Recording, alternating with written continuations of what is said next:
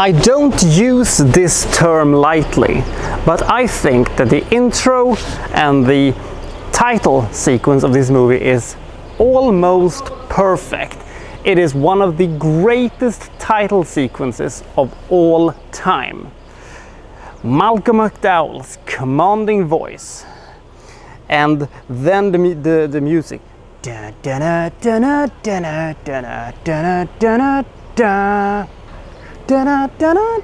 And so on. It is so amazing.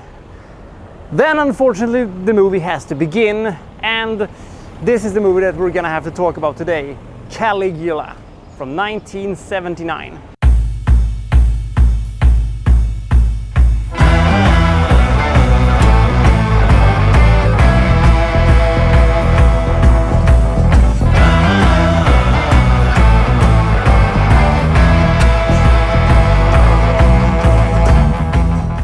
Caligula, the Mad Emperor of Rome, is one of the most interesting characters that has ever been in history. He is fantastic. His madness and his irrationality and his, incestuous relationship with Drusilla and, all these things, and he was completely bonkers. Basically, Caligula was a guy who wanted to know where the limit was. But then he found out there was no limit. So he just did whatever he wanted. It is a story that could have been one of the greatest sword and sandal pictures of all time, but they decided not to do that. Now, this movie is a tale of two movies, basically, literally, because some parts of it looks absolutely fantastic with great sets and grandiose specters, but sometimes it looks like total bush league, and yeah, it is a mess. Malcolm McDowell might have been one of the greatest casting decisions of all time to play this guy, but it doesn't work, mostly because sometimes the focus isn't even on Caligula himself. Sometimes we just have lots of scenes that's supposed to shock you with sex and violence. Oh, the sex, by the way.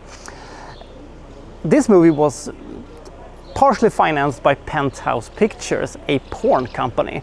So when they had stopped shooting, then they, cleared out and they went home and the actors went by. And then the porn actors came in and did porno in the same sequences, in the same sets, and then they spliced it in like Tyler Durden in Fight Club. And then Helen Mirren and Peter O'Toole and Malcolm McDowell saw this and thought, was we in a semi-porno? They were very upset, and likely so. I don't know how $17 million can make a movie look this bad. I mean, $17 million in 1979 was a lot of money, and it should have made this movie a grand, epic spectacle, but it isn't. And we also have these weird, big killing machine contraption things, which look like it's straight out of a silly Italian science fiction movie or something like that. It's completely nuts.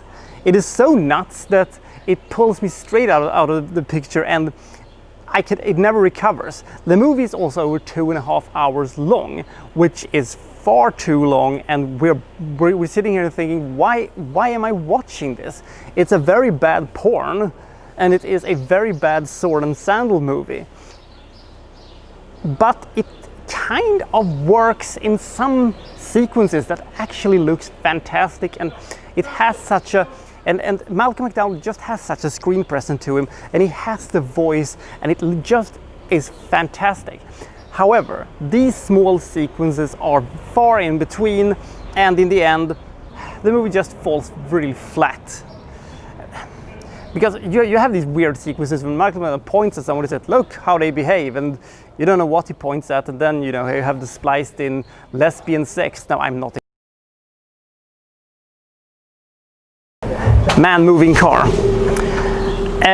Now, I'm not against lesbian sex, I'm not against porno or anything like that, but can we keep these two separated? Thank you very much. In the end, the saddest thing about this movie is the fact that this maybe prevents anybody ever from doing an actual Caligula movie, because everybody's just going to associate this with this travesty of a bonkers movie. it is interesting to see because it is so mad, but it is one of the weakest Sword and Sandal movies I've ever seen, and it shouldn't have been. It should have been one of the best, about one of the most evil men in history, but unfortunately we're just getting this completely bonkers movie. It's a difficult movie to rate because it is so batshit insane, but in the end I'm still giving this one 42 points, mainly because there are good acting in this one, and there are interesting parts in this movie, and there is very good acting in this movie, and there's good music, and the sets are amazing, and some of the sequences are fantastic, but it is boring in large parts of it.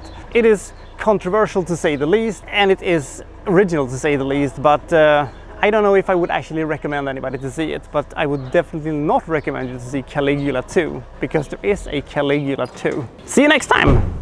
From, well, so-and-so reviewing, well, such and such. Thank you for watching. Thank you very much.